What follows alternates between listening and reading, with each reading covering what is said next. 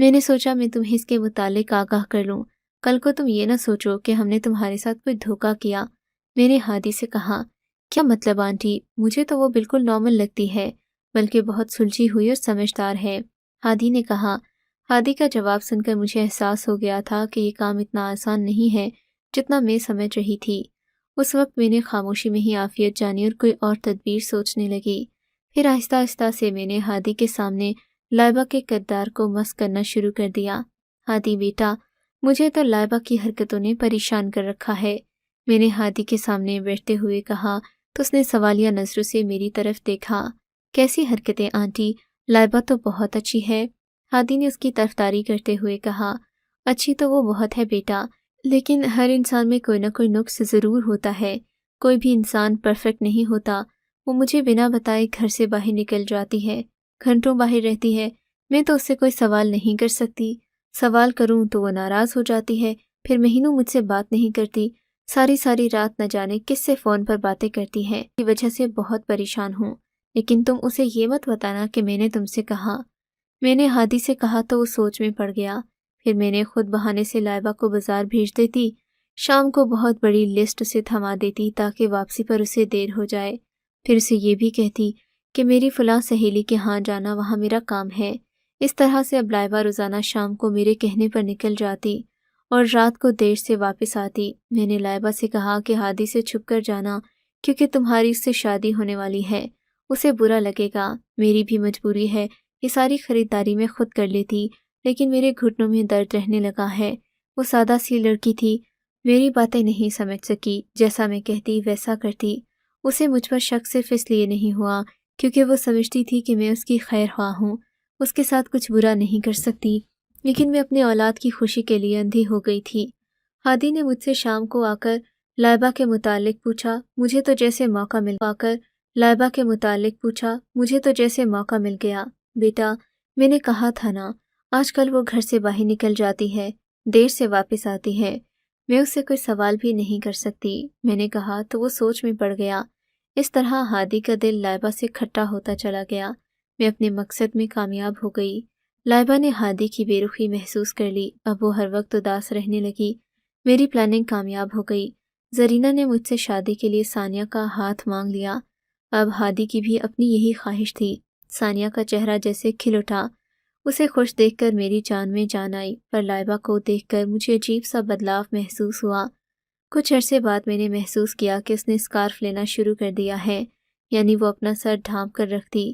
پہلے تو مجھے یہ دیکھ کر خوشی ہوتی کہ اس نے حجاب کرنا شروع کر دیا ہے، میری بہن نیک ہو گئی ہے، لیکن کچھ عرصے بعد نہ جانے کیوں مجھے اس کی یہ حرکت عجیب لگی۔ عجیب اس کا حجاب کرنا نہیں رنگ کا اسکارف تھا جسے وہ سوتے میں بھی نہیں اتارتی۔ میں نے محسوس کیا کہ ثانیہ اور ہادی کے رشتے کے بعد سے لائبہ مجھ سے ناراض سی رہنے لگی ہے۔ باتیں تو وہ پہلے بھی مجھ سے اتنا نہیں کرتی تھی، لیکن اب تو بالکل ہی اس نے بات کرنا بند کر دی، یہاں تک کہ ثانیہ سے بھی اس نے بات کرنا چھوڑ دی تھی۔ وہ اداس نہیں تھی، بلکہ خاموش تھی اور کسی گہری سوچ میں گم رہنے لگی۔ دوسری طرف ثانیہ خوش رہنے لگی تھی اور ہادی بھی مطمئن نظر آتا تھا۔ اس نے اپنا چولہا الگ کر دیا، اپنے لیے کھانا خود بناتی اور جو کھانا میں بناتی اس سے ایک نوالا بھی نہ لیتی۔ میں سمجھ گئی کہ وہ ناراض ہے۔ میں نے بہتر یہی سمجھا کہ اس کے لیے جلد سے جلد کوئی اچھا سا لڑکا دیکھ کر اس کا بھی رشتہ کر دوں تاکہ وہ نارمل ہو جائے، لیکن جیسے جیسے وقت گزرتا گیا اس کے سر کا اسکارف مجھے پریشانی میں مبتلا کرتا گیا۔ ایک دن میں نیا اسکارف اس کے لیے لے کر آئی اور اسے دیا۔ لائبہ، میں تمہارے لیے نیا اسکارف لے کر آئی ہوں، تمہارا یہ اسکارف پھٹا پہن لو۔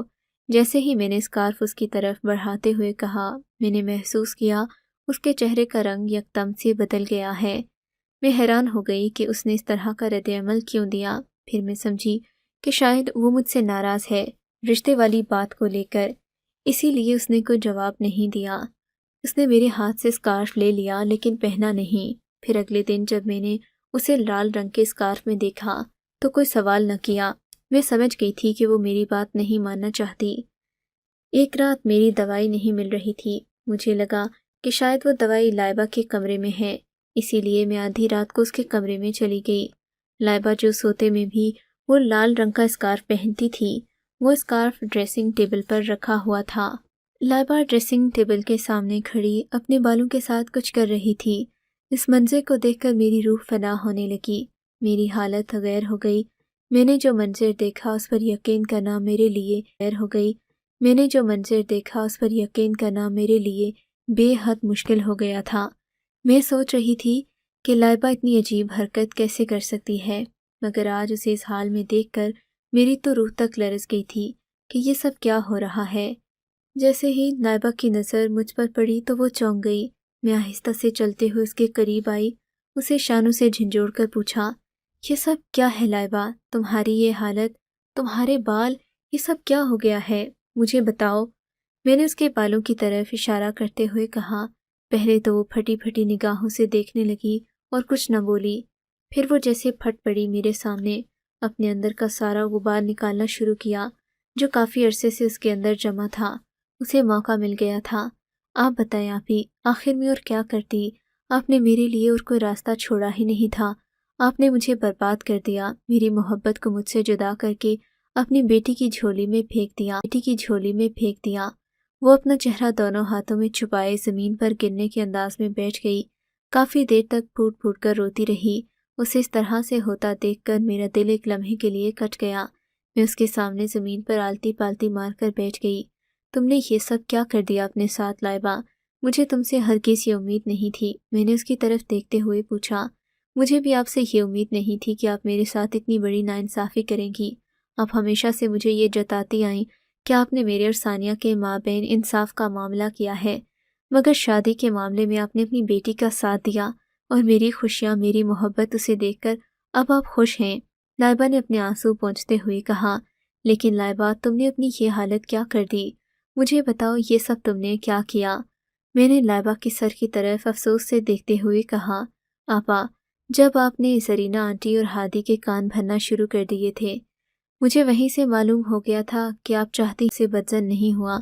میں نے سوچا کہ شاید آپ یہ سب میرے بھلے کے لیے کر رہی ہوں، اس رشتے میں آپ کو کوئی نہ کوئی نقص نظر آیا ہوگا۔ لیکن جب آپ نے ہادی کا رشتہ ثانیہ سے کر دیا، مجھے بہت دکھ ہوا یہ سوچ کر کہ آپ نے میری بجائے اپنی بیٹی کا ساتھ دیا۔ لیکن میں ہادی کی محبت میں اس قدر اندھی ہو گئی تھی کہ اسے ہر قیمت پر حاصل کرنا چاہتی تھی، اس لیے میں ایک پیر بابا کے پاس گئی۔ پیر بابا نے مجھے کہا کہ یہ تمام تعویذات اور دھاگے اپنے بالوں میں باندھ کر رکھو تو ہادی میری زلفوں کا اسیر ہو جائے گا۔ میں نے پیر بابا کی بات مانتے ہوئے اپنے بالوں میں یہ سارے تعویذات اور دھاگے باندھ دیے، لیکن مجھے نہیں پتہ تھا کہ میرے بالوں کے ساتھ یہ سب ہو جائے گا۔ اب یہ سب تعویذات اور دھاگے میرے بالوں میں اس طرح سے چپک گئے ہیں کہ نکل نہیں رہے۔ شاید ان میں کچھ ایسی چیز لگی ہوئی تھی۔ وہ بابا تو کوئی جعلی پیر تھا جس نے میرے ساتھ دھوکہ کیا، لیکن اب یہ سب میرے بالوں کے ساتھ ہمیشہ کے لیے جڑ گیا ہے، اور اس سب کا حل یہ ہے کہ میں اپنے بال سرے سے ہی ختم کر دوں، اور میں ایسا کر نہیں سکتی۔ لائبہ یہ کہہ کر پھر سے رونے لگی۔ مجھے اس کی حالت دیکھ کر بہت دکھ ہوا، اپنے آپ پر غصہ بھی آ رہا تھا کیونکہ اس کی اس حالت کی وجہ میں تھی۔ عجیب و غریب قسم کے دھاگے اور تعویذات اس نے اپنے بالوں میں باندھ رکھے تھے، اور بہت سارے تھے جو چپک گئے تھے، نکلنے کے جیسے نہیں لگ رہے تھے۔ یہی وجہ تھی کہ وہ ہر وقت اپنا سر ڈھانپ کر رکھتی۔ مجھے معاف کر دو لائبہ، میں اپنی بیٹی کی محبت میں اندھی ہو گئی تھی، ہادی کو اور زرینہ کو تمہارے خلاف کر دیا۔ میں نے لائبہ سے کہا تو پیچھے سے ثانیہ کی آواز سنائی دی، یہ آپ نے بہت غلط کیا امی، میں تو ہادی بھائی سے محبت ہی نہیں کرتی۔ آپ کو ایسا کیوں لگا کہ میں ہادی بھائی کو پسند کرتی ہوں؟ ثانیہ نے ہماری ساری باتیں سن لیں، میرے سامنے آ کر کھڑی ہو گئی اور بولی۔ میں نے حیرت سے ثانیہ کی طرف دیکھا، لیکن ثانیہ میں نے خود دیکھا تھا تم حسد کی نظر سے ہادی اور لائبہ کو دیکھتی ہو، آدھی آدھی راتوں کو ہادی کا نام پکار کر روتی ہو۔ میں نے ثانیہ سے کہا تو وہ بھی ہمارے سامنے بیٹھ گئی۔ امی، وہ تو میرا کلاس فیلو ہادی ہے جسے میں محبت کرتی ہوں، مگر وہ مجھے پسند نہیں کرتا، اس لیے آدھی راتوں کو اس کا نام لے کر روتی تھی۔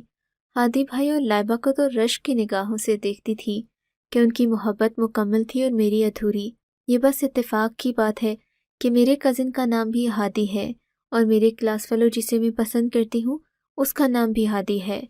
ثانیہ نے کہا تو میرے سر پر آسمان آ گرا، یعنی میں نے اتنی ساری جو محنت کی وہ ساری رائے گاں گئی، مجھ سے سمجھنے میں غلطی ہو گئی۔ لیکن جب ہادی اور لائبہ کا رشتہ ہونے لگا تو تم بیمار ہو گئی تھیں، اور جب تمہارا رشتہ ہادی سے ہو گیا تو تم ٹھیک ہو گئی تھیں اور خوش رہنے لگی تھیں۔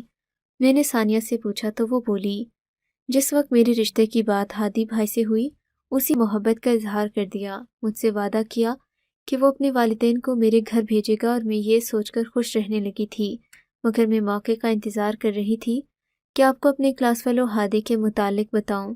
ثانیہ کی بات سن کر میں تو جیسے اپنی ہی نظروں میں گر گئی، اپنی بہن لائبہ سے نظریں نہیں ملا پا رہی تھی۔ لائبہ، تم نے اپنے بالوں کا کیا حال بنا لیا ہے؟ ثانیہ نے اس کے بالوں کی طرف دیکھتے ہوئے کہا تو لائبہ نے شرمندگی سے نظریں جھکا لیں۔ خیر، کسی طرح ثانیہ اور میں نے کچھ ہی دنوں کے اندر لائبہ کے بالوں کو ان تعویذات اور دھاگوں سے آزاد کروا لیا۔ تعویذات اور دھاگوں میں موم لگی ہوئی تھی، جس کی وجہ سے وہ لائبہ کے بالوں میں چپک کر رہ گئے تھے۔ ہم دونوں نے گرم پانی سے اس کے بال صاف کیے اور سب پہلے جیسا ہو گیا۔ اب مجھے زرینہ اور ہادی کا دل لائبہ کی طرف صاف کرنا تھا، لیکن جب ان دونوں کا دل کسی طور پر صاف نہ ہوا تو میں نے اپنے جرم کا اقرار صاف الفاظ میں ان دونوں کے سامنے کر دیا اور دونوں سے معافی مانگی۔ اپنی بیٹی کی خوشی کی خاطر میں نے لائبہ کو ان دونوں کی نظروں میں گرا دیا۔ یہ سن کر زرینہ مجھ سے ناراض ہو گئی، مگر پھر بھی ہادی نے لائبہ سے شادی کر لی کیونکہ وہ اس سے محبت کرتا تھا۔ ثانیہ کی شادی اس کی کلاس فیلو سے ہو گئی، مگر میرے دل میں ابھی بھی ایک بوجھ اور شرمندگی تھی۔ لگ رہا تھا ساری زندگی اپنی بیٹی اور بہن سے۔ آپ کو اگر یہ کہانی اچھی لگی ہے تو اس ویڈیو کو لائک کیجیے، اور اس طرح کی مزید کہانیاں سننے کے لیے ہمارے چینل کو ضرور سبسکرائب کیجیے۔ کہانی سننے کا شکریہ۔ آپ سے ملاقات ہوگی اگلی ویڈیو میں، تب تک کے لیے اللہ حافظ۔